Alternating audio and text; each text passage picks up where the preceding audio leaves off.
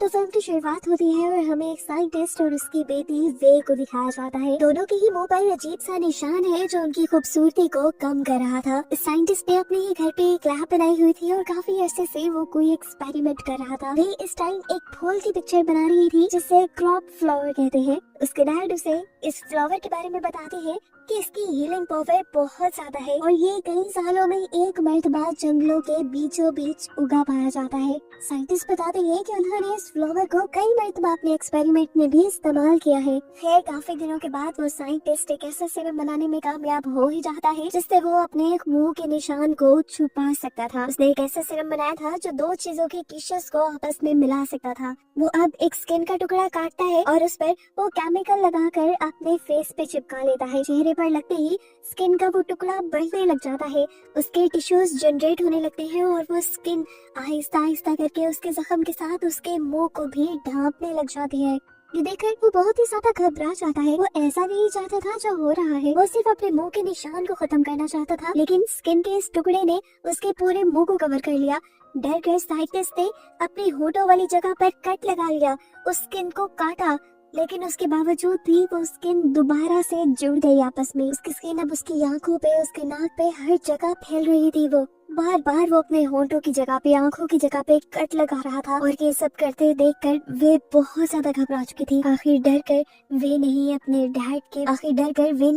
Dad के जिस्म में एक चाक को स्टैब करते हुए उन्हें मार डाला। इस हादसे से वे टूट जाती है। उसने अपने डैड को मार दिया था और अब उसके पास कोई भी नहीं था। वक्त गुजरता रहता है, वे पढ़ती रहती है। वे पढ़ाई में अपने डैड की तरह ही बहुत ज्यादा अच्छी थी और इसी वजह से उसे यूएस की एक बड़ी यूनिवर्सिटी में स्कॉलरशिप भी मिल गई और वो अपना होम टाउन छोड़कर यूएस चली गई। यूएस में वे अपनी एक आंटी के पास रहने वाली थी जिसकी एक बेटी एंजी भी थी और एंजी वे के आने पे खुश नहीं थी क्योंकि उसे अपना रूम जो शेयर करना पड़ रहा था। फिर वे अब रूम में जाती है और एक छोटा सा टेंपल बना लेती है जिसमें अपने डैड की पिक्चर रखती है। पता चलता है कि वो अपने डैड को ही गॉड मानती थी और उन्हीं की पूजा करती थी। थोड़ी देर बाद हम वे के पास उसके डैड की ही कुछ नोट्स और चीजें देखते हैं और हमें पता चलता है कि वे अभी तक वो एक्सपेरिमेंट कर रही है जिसकी वजह से उसके डैड मारे गए थे।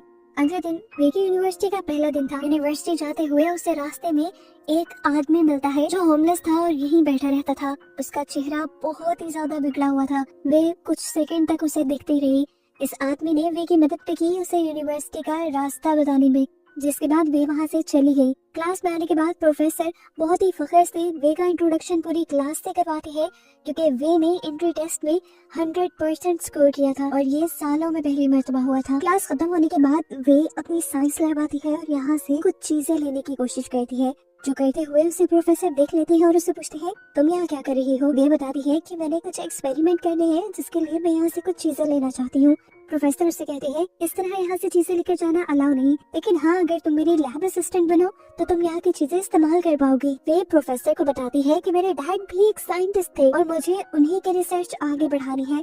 उसके हाथ में रिसर्च वाली डायरी भी थी जिसे प्रोफेसर अब देखने लगे और इसे देखकर वो बहुत ज्यादा हैरान हुए। वे के जाने के बाद उसने वे के डैड के बारे में सर्च किया और उन्हें पता चला कि वे के डैड सच में बहुत जीनियस साइंटिस्ट थे, लेकिन फंडिंग ना मिलने की वजह से वो अपने किसी भी एक्सपेरिमेंट पर पूरी तरह काम नहीं कर पाए। सीन कट होकर दूसरी तरफ दिखाया जाता है कि वे की कजन एंजे की दो दोस्तें उसके घर पे आई हैं। वो यहाँ वे का सामान छेड़ने लगती हैं और इस दौरान उन्हें खून से भरे हुए कुछ टूल्स, एक्सपेरिमेंट से रिलेटेड अजीबोगरीब चीजें और डरावनी एक्सपेरिमेंट की पिक्चर्स नजर आती हैं, जो देखकर ये तीनों घबरा जाती हैं। खैर अब अगला दिन होता है और हम देखते हैं कि एंजी आज भी अपने फ्रेंड्स के साथ बैठी हुई थी। वे को उन्हें देखकर बहुत अच्छा लगा। वे भी इस तरह दोस्त बनाना चाहती थी, इसलिए उनके पास जाकर उसने खुद ही से दोस्ती का हाथ बढ़ाया और इन सबको लंच की ऑफर की। वे के चेहरे के निशान की वजह से ये लोग वैसे कतराते थे। वो जाना नहीं चाहते थे लेकिन फिर भी उन्होंने रेस्टोरेंट जाने में हामी भर ली। लेकिन वहाँ जाकर उन्होंने जब वे को अजीब तरीके से खाता देखा तो वो वे को रेस्टोरेंट पे अकेला ही छोड़कर भाग गई। वे ने वो सारा खाना पैक करवाया और बाहर आकर उस होमलेस आदमी को दे दिया जिसका मुंह खराब था। यहाँ वो उस होमलेस आदमी से बातें भी करती है क्योंकि आज वो बहुत ज्यादा उदास थी। वो उस होमलेस आदमी को कहती है मेरे मुंह पे निशान है जो मुझे बहुत बदसूरत बना देता है। तो होमलेस आदमी उससे कहता है ऐसा नहीं है, तुम जैसी हो वैसी ही बहुत खूबसूरत हो। इससे बातें करने के बाद वे को कुछ अच्छा महसूस हुआ था। अब वो घर ही जा रही थी कि रास्ते में उसके प्रोफेसर उसे मिल गए, जिन्होंने उसे लिफ्ट दी। वो उसके लिए एक प्रपोजल लेकर आए थे। वो उससे कहते हैं, मैं तुम्हारी इस रिसर्च को कंप्लीट करने में मदद करूंगा, जिसके लिए प्रोफेसर को वे की परमिशन चाहिए थी, क्योंकि ये वे के डैड की रिसर्च थी। वे तो खुशी खुशी मान गई, क्योंकि प्रोफेसर पहले इंसान थे जो उसकी मदद कर रहे थे। अगले ही दिन से ये लोग उस एक्सपेरिमेंट पर काम करना शुरू कर देते हैं। काफी दिनों की मेहनत के बावजूद भी इनका एक्सपेरिमेंट काम नहीं करता। इनकी सारी मेहनत बेकार जा रही थी। इनको इनकी मर्जी के रिजल्ट्स नहीं मिल रहे थे और इस चीज से प्रोफेसर फ्रस्ट्रेट होकर इस एक्सपेरिमेंट को बंद करने का फैसला कर लेते हैं। आज के दिन जब वो उदास थी तो इतने में ही एनजी की दोस्त एलिस यहाँ पर आई।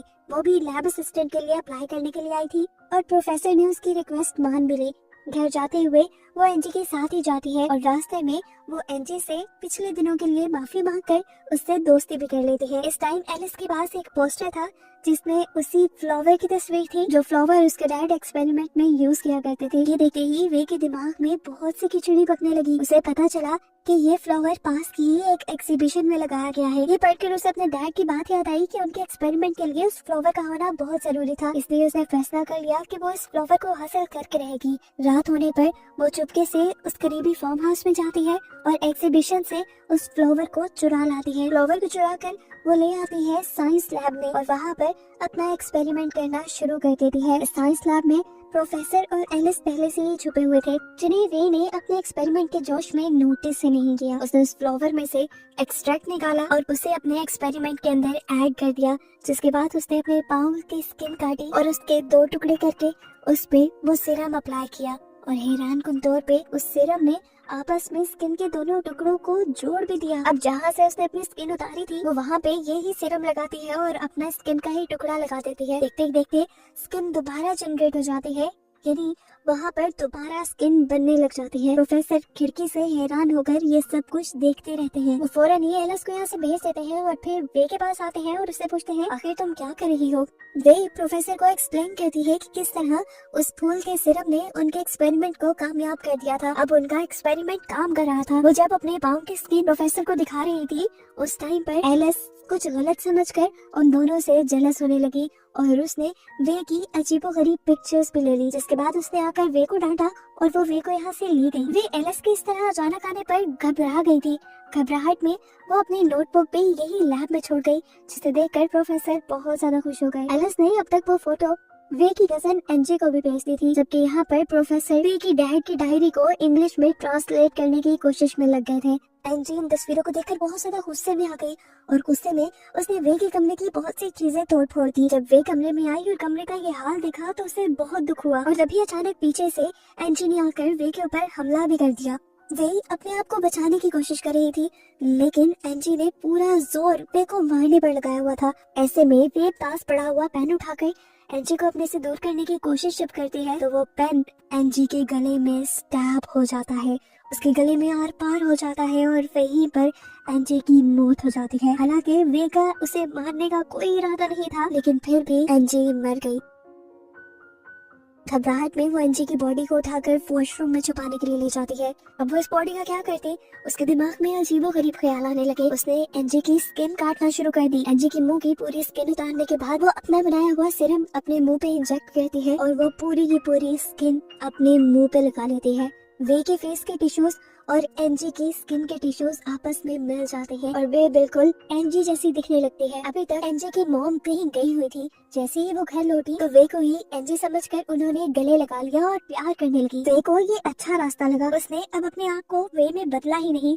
सुबह होने पर उसने एनजी के ही कपड़े पहने और एनजी का हुलिया बनाकर वो एनजी की लाइफ एंजॉय करने लगी। जब यूनिवर्सिटी गई तो सबसे पहले उसे एनजी का बॉयफ्रेंड मिला। पहली मर्तबा कोई लड़का उसके इतने करीब आया था। वे को बहुत ही अच्छा एहसास हुआ। वो अब एनजी के फेस के साथ एनजी की लाइफ एंजॉय करने लगती है और इससे एहसास होता है कि वे के जिस्म में उसकी लाइफ बहुत ज्यादा बोरिंग थी। एनजी के अच्छे दोस्त भी थे, उसका बॉयफ्रेंड था, उसकी प्यार करने वाली मोम थी। वो एनजी के बॉयफ्रेंड के साथ डेट पे भी चली जाती है, जहाँ पर जब ये दोनों एक दूसरे के करीब आ रहे थे तो तभी अचानक से वे के फेस से एनजी की स्किन उतरने लगी। ये देखकर वो लड़का बुरी तरह घबरा गया। इतना क्रीपी था ये सब। वो लड़का इस सब से डरकर वे से पीछे भागने लगा। पीछे होते हुए उसने एहसास ही नहीं किया कि पीछे स्लोप थी जिससे वो नीचे गिरकर खुद ही मर गया। वो डरते हुए अब घर आ जाती है और घर आकर अपने डैड की नोटबुक ढूंढने लगती है, क्योंकि उसे नोटबुक में इस स्किन को हमेशा परमानेंट लगाने का राज हो सकता था। उसे अपने डैड की नोटबुक नहीं मिलती क्योंकि वो तो प्रोफेसर के पास थी, लेकिन इस टाइम उसके पास थोड़ा सा सिरम था जिसे वो निकाल कर दोबारा अपने स्किन में इंजेक्ट करके एंजी का फेस दोबारा ले लेती है। दूसरी तरफ प्रोफेसर को दिखाया जाता है जो अब उस फ्लावर की तलाश में निकले हैं, जो फ्लावर उस एक्सपेरिमेंट को कामयाब बना सकता था। फूल को ढूंढते हुए इस टाइम प्रोफेसर को उनके ट्रांसलेटर की कॉल आती है, जो असल में उस नोटबुक को इंग्लिश में ट्रांसलेट कर रहा था। वो बताता है कि ये एक्सपेरिमेंट बहुत ही ज्यादा खतरनाक है, इस एक्सपेरिमेंट को करना रिस्क में लेकर आ सकता है। वो साफ लफ्जों में प्रोफेसर को ये एक्सपेरिमेंट फौरन बंद करने को कह रहा था, लेकिन प्रोफेसर उसकी एक नहीं सुनते। अब वे यूनिवर्सिटी में आती है अपनी डाइट की बुक लेने के लिए। लैब में तो उसे कहीं अपनी डाइट की बुक नहीं मिलती, क्योंकि वो प्रोफेसर ने अपने ट्रांसलेटर को दे दी थी, इसीलिए वो प्रोफेसर को कॉल करती है।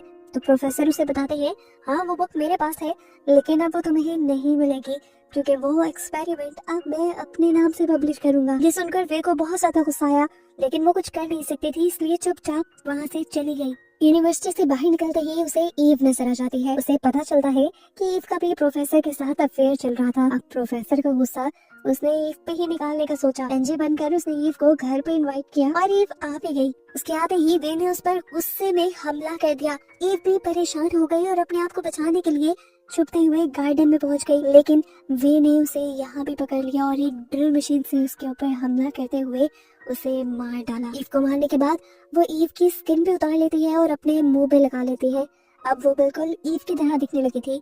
उसने अपने बालों को भी ईव जैसा कर लिया और कपड़े शपड़े भी ईव के पहनकर बिल्कुल ईव जैसी बनने लगी। उसके फोन को देखते हुए उसने ईव का स्टाइल भी कॉपी किया, ताकि कोई भी उसे पहचान न पाए। इस सब के दौरान हम देखते हैं कि नेबर्स का डॉग ये सब देखकर बहुत ज्यादा भौंक रहा था, इसीलिए नेबर्स ने पुलिस में कॉल कर दी। लेकिन पुलिस वाले जब घर आए तो उन्होंने ईव को टॉवल में देखा और उसे कुछ भी कहे बगैर चले गए। सुबह होने पर जब वो ईव की शक्ल में यूनिवर्सिटी जाती है तो उसे बहुत अच्छा लगता है, क्योंकि ईव एक बहुत ही पॉपुलर स्टूडेंट थी। उसे देखकर सब खुश हो जाते हैं। अब ईव की शक्ल में वो प्रोफेसर के घर जाती है। वो जानती थी कि यहाँ से उसे अपने डैड की नोटबुक मिल जाएगी। प्रोफेसर भी ये नहीं जानते थे कि ईव की शक्ल में वो वे है, इसलिए प्रोफेसर उसे घर में एंट्री दे देते हैं। वे पूरे घर में अपने डैड की नोटबुक ढूंढती है, लेकिन उसे कहीं नहीं मिलती। गुस्से में वो वापस आ गई। रात होने पर उसने जो दोनों मर्डर किए थे सबसे पहले उनको छुपाया। एंजी और वे की बॉडी को उसने पूल में डाल दिया और फिर एंजी और ईव के मोबाइल चेक करने लगी, जहाँ पर उसे अपनी और प्रोफेसर की वो पिक्चर मिल गई, जिसके जरिए एलिस उसे बदनाम करना चाह रही थी।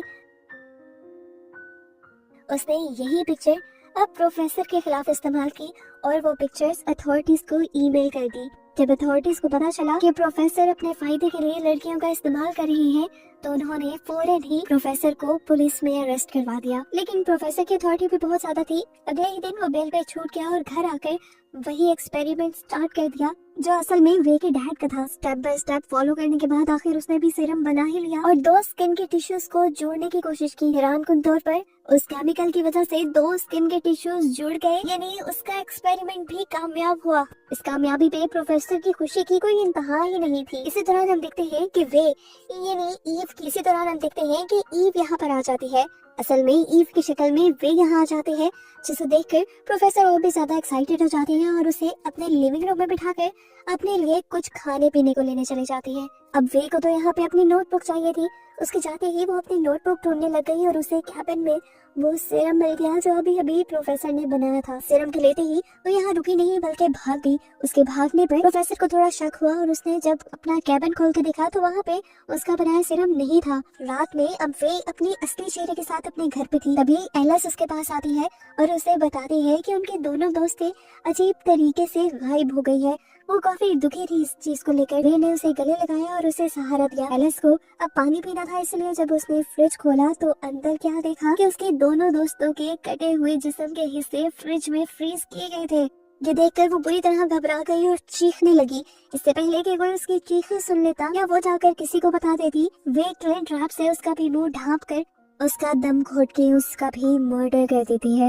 अभी उसने इस मर्डर को छुपाया नहीं था कि उसके घर की डोर बेल बज गई। बाहर प्रोफेसर आए थे, जो लॉक खुला देखकर फिर घर के अंदर आ गए। अंदर वे अजीब अंदाज में बैठी हुई थी। प्रोफेसर को देखते ही कहके लगाकर हंसने लगी। उसकी हालत देखकर प्रोफेसर को भी अजीब लग रहा था, लेकिन यहाँ वो जब प्रोफेसर को कांग्रेचुलेट करती है उनके एक्सपेरिमेंट के कामयाब होने पर तो प्रोफेसर भी खुश हो जाते हैं, लेकिन फिर वे गुस्से में कहती है ये तुम्हारा नहीं मेरे डैड का एक्सपेरिमेंट था। प्रोफेसर अब वे की बातों को इग्नोर करते हुए फ्रिज की तरफ बढ़ते हैं अपने सीरम को लेने के लिए, और जैसे ही फ्रिज खोलते हैं तो वहाँ मरी हुई लाशें देखकर उनका भी दम निकल जाता है। अब उस आदमी को कंट्रोल करना काफी मुश्किल था, लेकिन वे ने यहाँ पे भी चालाकी दिखाई और एक बेहोश करने वाला इंजेक्शन प्रोफेसर के गले में स्टैब करते हुए उसे बेहोश कर दिया। कुछ देर बाद जैसे ही प्रोफेसर को होश आया तो उन्होंने देखा कि वे ने उसकी पूरी बॉडी की स्किन उतार दी थी। ये देखकर वो जोर जोर से चिल्लाने लगे। अब वो सीरम भर कर प्रोफेसर को लगा रही थी और उसके बाद एक स्किन का टुकड़ा वो प्रोफेसर के जिस्म पे लगा देती है। ये स्किन खुद ब खुद बढ़ने लग जाती है, जैसे वो मूवी के स्टार्ट में किम के डैड साइंटिस्ट के मुंह पे बढ़ने लगी थी। वे ने इस टाइम प्रोफेसर के मुंह में एक स्ट्रॉ रख दिया था। स्ट्रॉ के अलावा वो स्किन हर जगह फैलने लग गई। स्किन की वजह से प्रोफेसर का दम घुटने लगा और कुछ ही देर में वो मारे गए। मरने से पहले उसने जो चीखें मारी थी वो नेबर ने सुन ली थी, इसलिए नेबर ने दोबारा पुलिस में इन्फॉर्म कर दिया। पुलिस को आता देखते ही वे घबरा गई और घर से निकलकर भाग गई, क्योंकि वो जानती थी कि अब वो पकड़ी जाएगी। पुलिस ने भी उसे भागते हुए देख लिया और उसे पकड़ने के लिए उसके पीछे भागी। भागते हुए वो होमलेस आदमी के पास पहुंचती है और उससे मदद मांगती है। वो होमलेस आदमी पहले ही वे को अच्छा समझता था, क्योंकि वे ने हमेशा उसके साथ अच्छा रवैया रखा था। वो होमलेस आदमी वे के कहने पर उसे अपनी चादर में छुपा लेता है और पुलिस उसे ढूंढ नहीं पाती। वे के एकदम से बैठने पर यहाँ वे के पास जो सीरम था वो अचानक से टूट गया था। उस सीरम के टूटने की वजह से उस होमलेस आदमी और वे की बॉडी की टिश्यूज एक साथ मर्ज होने लग जाते हैं। उनकी बॉडी भी एक दूसरे में फ्यूज होने लग जाती है और वो दोनों एक अजीब से मॉन्स्टर में बदल जाते हैं। वे अब कुछ भी नहीं कर सकती थी। वो मॉन्स्टर बनी वहीं बैठी हुई थी। तभी उसे अपनी आंटी दिखी जो अपनी बेटी एंजी को ढूंढते हुए वहां तक आई थी। वो अपनी आंटी को एंजी के बारे में भी नहीं बता पाई और यही दिखाते हुए ये कहानी यहाँ खत्म हो गई।